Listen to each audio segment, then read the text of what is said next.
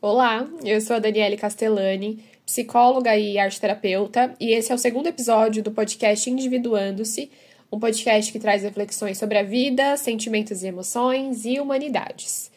E não, nesse episódio eu não vou dar nenhuma notícia importante.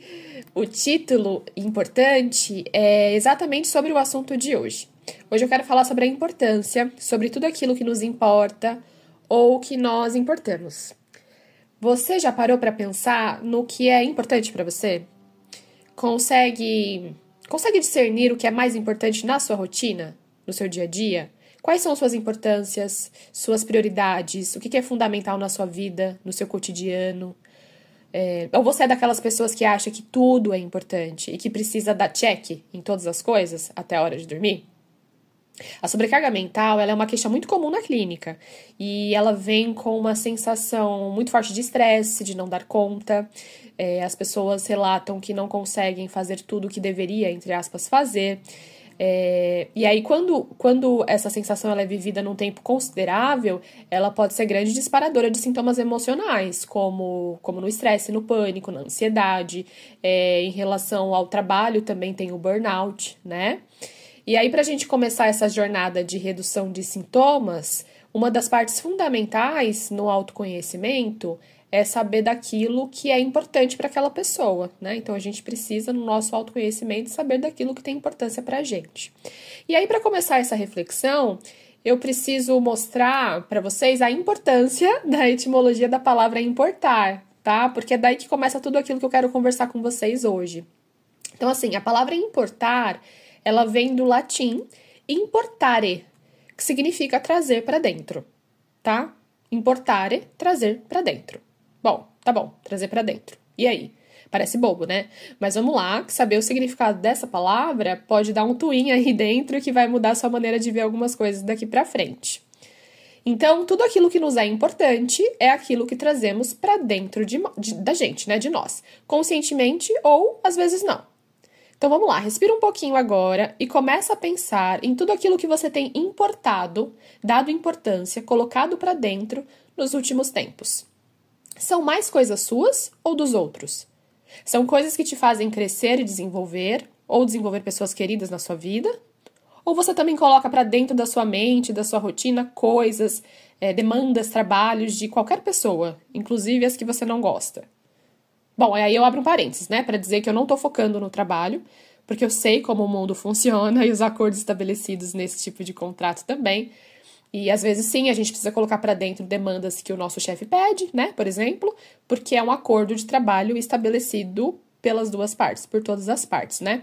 Mas isentando isso, a gente sabe também que existem momentos onde uma pessoa não consegue recusar nada. Então, tudo que é problema, tudo que é BO, fofoca, ela tá lá no meio, né? Importando tudo, trazendo tudo pra dentro, levando tudo pro travesseiro à noite. E aí, isso pode acontecer por N motivos, por diversos motivos, né? Como, por exemplo, necessidade de agradar, dificuldade de falar não, necessidade de parecer importante, de resolver tudo, medo de ter momentos, isso também é muito comum, medo de ter momentos de respiro, e entrar num universo mais profundo de si mesmo, e aí por isso que a pessoa se sobrecarrega de atividades, né, e outras coisitas mais, para não olhar para dentro de si, para não entrar em contato com o seu eu interior. E aí no consultório, quando as pessoas dão muita importância para as coisas que fazem mal, às vezes eu dou um exemplo dos setores de importação e de exportação de uma indústria. Muito corporativa hoje, né? Mas os setores de importação e de exportação de uma indústria, que dentro dessa ideia moram dentro de nós. Então, assim, numa brincadeira, eu falo com os meus pacientes, né? Eu costumo dizer que a gente tem duas grandes áreas na nossa empresa interior. Uma área de importação, onde a gente recebe, né? E às vezes a gente até acumula coisas externas, como os pensamentos, as opiniões, os elogios, as críticas dos outros. E a gente também tem um setor de exportação, no qual exportamos coisas, né? O que a gente pensa, o que a gente fala, o que a gente expressa pela fala, os elogios que damos, as críticas e as coisas materiais que a gente faz também, né? E aí, às vezes na clínica, algumas indústrias / pessoinhas têm uma grande diferença nesses dois setores. Ou seja, ela tem um setor de importação né? Muito cheio, lotadérrimo, né? Não tem espaço para mais nada, para nenhuma caixa mais de recebimento. E aí ela tem um setor de exportação parado, vazio, sem funcionário, as moscas, sem exportar nada, sem exportar nenhuma ideia, sem colocar nenhum trabalho para jogo, nenhum projeto, nenhuma comunicação, nenhuma ação, ou seja, ela fica num processo mais de estagnação, né, que aí geram vários sintomas emocionais.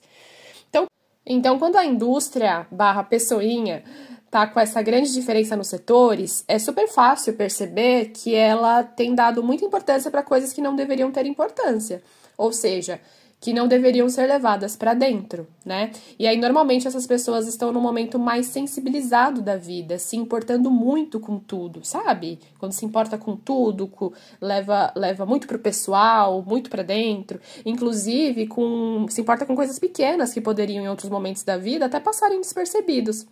E aí, às vezes, essas pessoas elas estão num quadro depressivo. E isso é sintoma, né? Levar muito pro pessoal e tudo mais. Então, elas podem estar num quadro depressivo, num quadro ansioso, num quadro depressivo ansioso, de autoestima baixa, de pouca autoconfiança, de medo, às vezes de luto também, e de outros sintomas ou transtornos emocionais. E às vezes, se a gente não para olhar para esses setores, né, da nossa indústria / cabecinha, a gente pode se sentir muito sobrecarregado e muito cansado, né? E aí também tem uma coisa que acontece bastante, que é muito comum, é que, por exemplo, de tanta caixa, né, de tanta caixa nesse setor, ou seja, de tantas preocupações, de tantos pensamentos ansiosos, de tantos medos, de excesso de pensamentos, essas pessoas elas podem se perder no dia a dia. Então, assim, pensa nesse setor como um acúmulo de caixas, pensa na sua mente como um acúmulo de pensamentos, inclusive os intrusivos, né, os pensamentos intrusivos, que muitas vezes são sintomáticos não só de um transtorno obsessivo compulsivo, que é o TOC, mas de outras patologias também. Então, por conta desse acúmulo de pensamentos, essas pessoas elas podem esquecer de outras coisas que são importantes. Então, é comum que diante desse excesso de pensamentos e preocupações, a pessoa comece a perder coisas. Então, ela pode perder chaves, ela pode perder carteiras, que são os mais comuns, né? Ela começa a esquecer o que ela vai falar, isso também é muito comum. Começa a esquecer de coisas que são importantes, porque importou outras que não eram, né? E aí não tem mais espaço. Ela começa a esquecer dos compromissos, dos acordos que ela mesma estabeleceu com outras pessoas. E aí, às vezes, ela faz isso porque ela tá sobrecarregada de pensamentos caixas, né? Como a gente tá brincando aqui.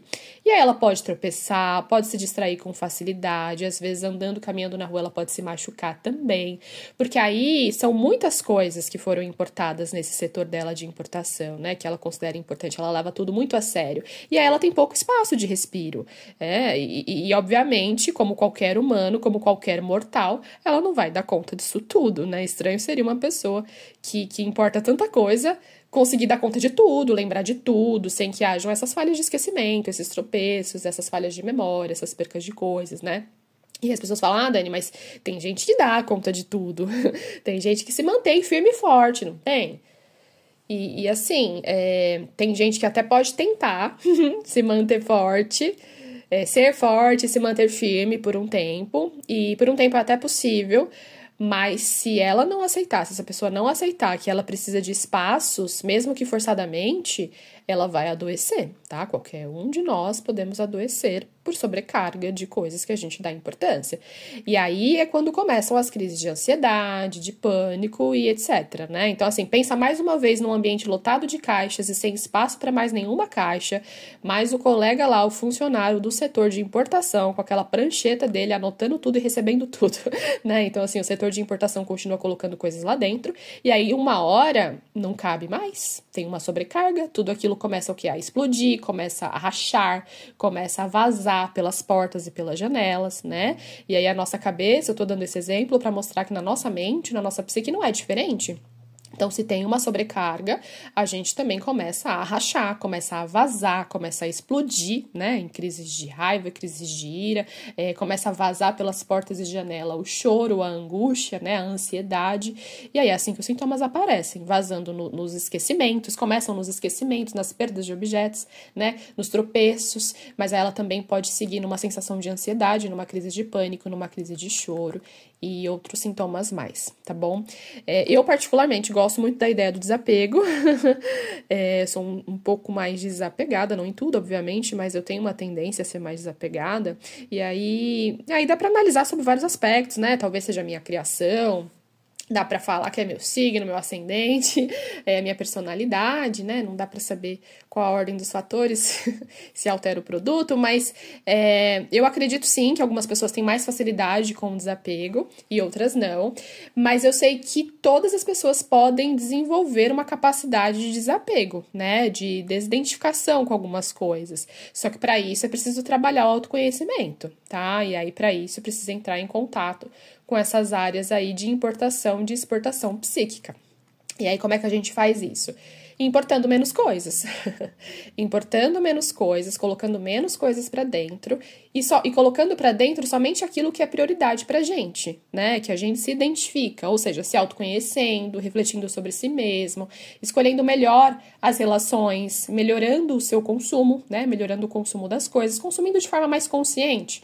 E aí eu não falo só de coisas materiais, mas eu também falo das conversas que você participa, nos conteúdos que você consome nas redes sociais, mas também eu falo dos alimentos que você consome, que sejam alimentos mais saudáveis, né?